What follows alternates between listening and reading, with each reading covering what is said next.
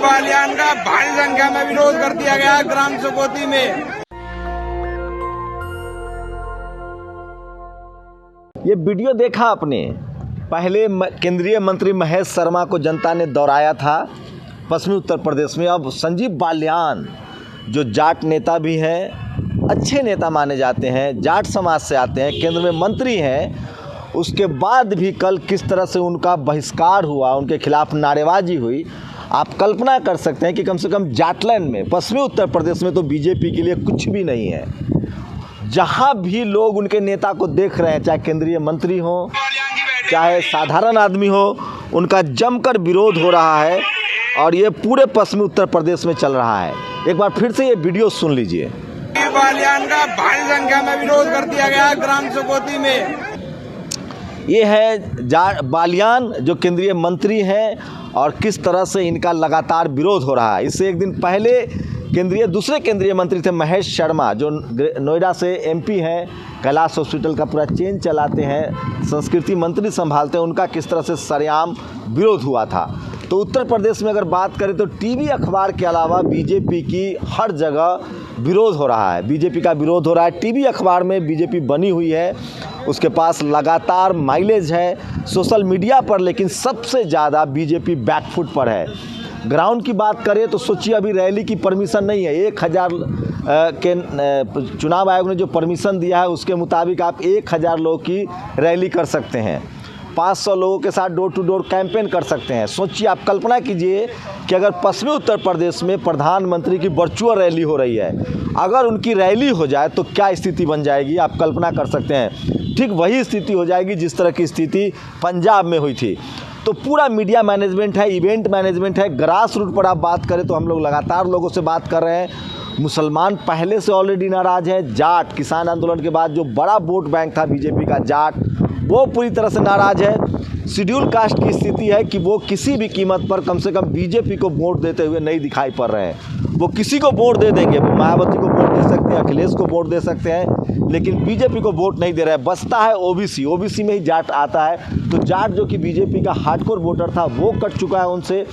कुछ और लोग जो बसते हैं जाट, ओबीसी जो 52% लगभग आबादी है, उसका अगर आधा वोट भी जाता है बीजेपी को तो ही उसके कुछ संभावना है। जनरल कैटेगरी के जो लोग हैं, जो ब्राह्मण समाज के लोग हैं, जो ठाकुर समाज के लोग हैं, वो बीजेपी के साथ फिलहाल बने हुए हैं। लेकिन जाटलैंड में मुस्लिम, जाट और शेड्यूल कास्ट के जो वोटर हैं वो कम से कम बीजेपी से पूरी तरह से नाराज़ है। नतीजा आप देख रहे हैं, संजीव बालियान की हुटिंग हो रही है। केंद्रीय मंत्री हैं, मैंने लगभग 14-15 साल में आप बहुत चुनाव देख चुके होते हैं। इस तरह की पब्लिक हुटिंग बहुत कम होता था। लोग नेताओं से नाराज़ होते थे, सवाल पूछ लेते थे, लेकिन एक मर्यादा रखते थे, एक मान सम्मान होता था। लेकिन फ़िलहाल पश्चिमी उत्तर प्रदेश की बात करें, सिराथू में जिस तरह से केशव मौर्य के साथ हुआ, पंजाब में जिस तरह से मोदी जी की रैली में लोग नहीं जुटे, तो दो चीज़ें साफ़ है।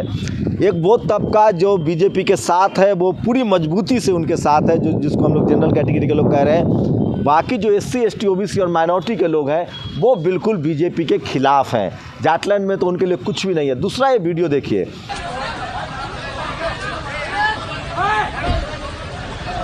बीजेपी के कार्यकर्ता आपा भी खो रहे हैं। एक सोशल मीडिया पर वीडियो वायरल हो रहा है, उसमें एक दुकान में बीजेपी के कुछ कार्यकर्ता पोस्टर लगाना चाह रहे हैं, लेकिन दुकानदार मना करता है, विरोध करता है, उसके बाद मारपीट करने लगते हैं। इससे पहले कानपुर का एक वीडियो वायरल हो रहा था, किस तरह से एक बुजुर्ग को एक बीजेपी का जो छुटभैया नेता है वो सरेआम इंसल्ट कर रहा था।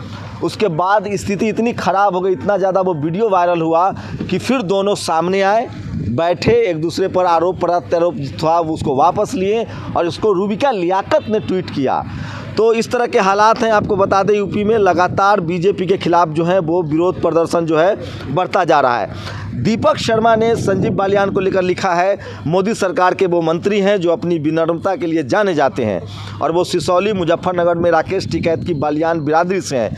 अगर बालियान जैसे मंत्री का भी पश्चिम के जाटलैंड में जनता खुला विरोध कर रही है तो सोचिए बीजेपी के बाकी विधायकों का क्या हाल होगा। ये हाल है केंद्रीय मंत्रियों का, सरेआम लोग बायकॉट कर रहे हैं। फिलहाल लगता है कि इसी सब वजहों से शायद चुनाव आयोग पर एक दबाव है कि आप रैली की छूट न दें। आप कल्पना कीजिए 10 फरवरी को वोटिंग है पश्चिमी उत्तर प्रदेश में, अगर रैली होती है तो बीजेपी को बड़ा विरोध झेलना पड़ सकता है।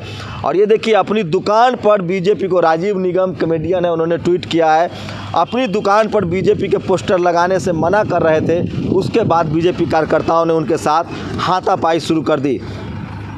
तो ये सबसे बड़ी खबर थी जो मैं आपको बता रहा था। एक दूसरी बड़ी खबर और है इसी में, मृत मवेशी उठाने वाले दलित परिवारों को दबंगों ने गांव से निकाला, बेटी के घर लेना पड़ा आसरा। 50 साल से रह रहे दलित परिवारों द्वारा पक्का मकान। तो इस तरह की जो कास्ट एट्रोसिटी की खबरें हैं ये लगातार, लातेर की खबर है ये, इस तरह की खबरें लगातार आ रही है जो सोशल मीडिया पर आपको पता चलता रहता है। दूसरी एक बड़ी खबर जो मैं आपको बता रहा हूँ, किस तरह से कल लगातार विरोध प्रदर्शन हुआ था पेगासस को लेकर। राहुल गांधी का बहुत ज़्यादा ऑडियो वीडियो वायरल हो रहा है। जिस तरह से लोकसभा में उन्होंने पहली बार प्रधानमंत्री को शहंशाह कहा है, तो सीधा नेक टू नेक फाइट है, काउंटर कर रहे हैं। और मोदी जी का एक वीडियो वायरल हो रहा है। अभी आम बजट की आग ठंडी नहीं हुई है, बजट से लोग ऑलरेडी नाराज़ है।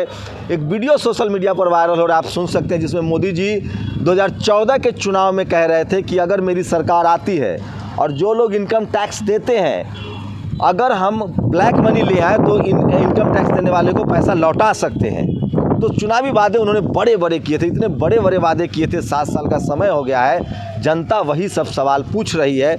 और डिजिटल मीडिया पर, टीवी अखबार भले उनके खिलाफ न दिखाए, लेकिन डिजिटल मीडिया पर, सोशल मीडिया पर लोग वो सवाल, उन्हीं का वीडियो उन्हीं को दिखा रहे हैं कि देखिए आपने कहा था कि जो लोग टैक्स दे रहे हैं उनको पैसा हम वापस करेंगे, जबकि पिछले 7 साल में कोई भी टैक्स स्लैब में कोई बदलाव नहीं हुआ है, कोई आम आदमी को छूट नहीं मिली है। ये बड़ी खबर है। अखिलेश यादव का ये फ़ोटो जरूर वायरल हो रहा है, अपने घर में वो धार्मिक कर्मकांड कर रहे हैं। हो सकता है कि उनसे जो अम्बेडकराइट और जो सोशल जस्टिस को मानने वाले लोग हैं उनकी नाराज़गी बढ़ सकती है। और ये एक बाबा है अयोध्या के परमहंस, इनका एक ऑडियो वायरल हो रहा है, हम दिखा नहीं सकते हैं, सुना नहीं सकते हैं। इसमें इतनी गालियाँ दी हैं इन्होंने एक पत्रकार को कि आप कल्पना नहीं कर सकते हैं। निर्मला सीतारमण को लेकर एक बजट में है, निर्मला सीतारमण ने बजट भाषण में कहा कि 2022-23 में पीएम आवास योजना के तहत 44,000 करोड़ का प्रावधान किया गया है, 80 लाख घर बनेंगे। सोचिए 44,000 करोड़ का प्रावधान है, 80 लाख घर बनेंगे। अगर आप 44,000 करोड़ में 80 लाख से भाग देंगे तो 55,000 रुपया होता है। क्या 55,000 में एक घर बन सकता है? ये सरकार कागज़ पर भी हिसाब किताब करने में बहुत कच्ची है। सोचिए 80 लाख घर बनाने का प्रोजेक्ट है, बजट है 44,000 करोड़।